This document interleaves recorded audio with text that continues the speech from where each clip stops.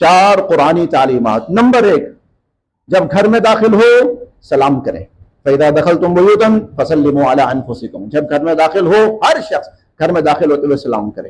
یہ اللہ کا حکم ہے، تحیۃ من عند اللہ، یہ اللہ کی طرف سے سکھائی ہوئی دعا ہے، مبارکتاً، اس کی وجہ سے تمہارے گھر میں برکتیں نازل ہوں گی، طیبہ، تمہارے گھر کے اندر خیر و خوبی پاکیزگی آئے گی۔